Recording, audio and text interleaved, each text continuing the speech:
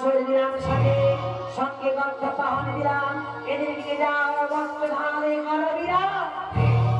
কিন্তু প্রভু একদিকে অনুরোধ আমার করিতে হবে পুরাণ। কি অনুরোধ মা? এই অগ্নি স্বর্গপুরী দেবতা মন্ডলী যদি নাহি করে মানব পুজোর আয়োজন তবে যে বর্তধাম মাঝে দেবী বলে কেহ মনে বুঝিবে না। সেই জন্য অনুরোধ এই অগ্নি স্বর্গপুরী দেবতা মন্ডলীর কাছে নব পূজা আমি তারপর যাব বর্তধাম মাঝে পুজোর প্রকাশে। কিন্তু প্রভু আমি তো অগ্নি পেতে চাই দেবাদিদেব মহাদেবের হস্ত থেকে পুজো প্রভু। কিন্তু দেবাদিদেব তোমার পুজো করবে না। করবে না? কেন করবে না প্রভু? করবে না প্রভু? তাহলে আমার পুত্র দোলাচর্যে দেবাদিদেবের শান্ত হও মাতা, আমি বুঝিয়ে বলছি। মহেশ্বর বলুন ব্রহ্মাণ্ড নিজের মিলে মায়ের পুজোর করবো আয়োজন।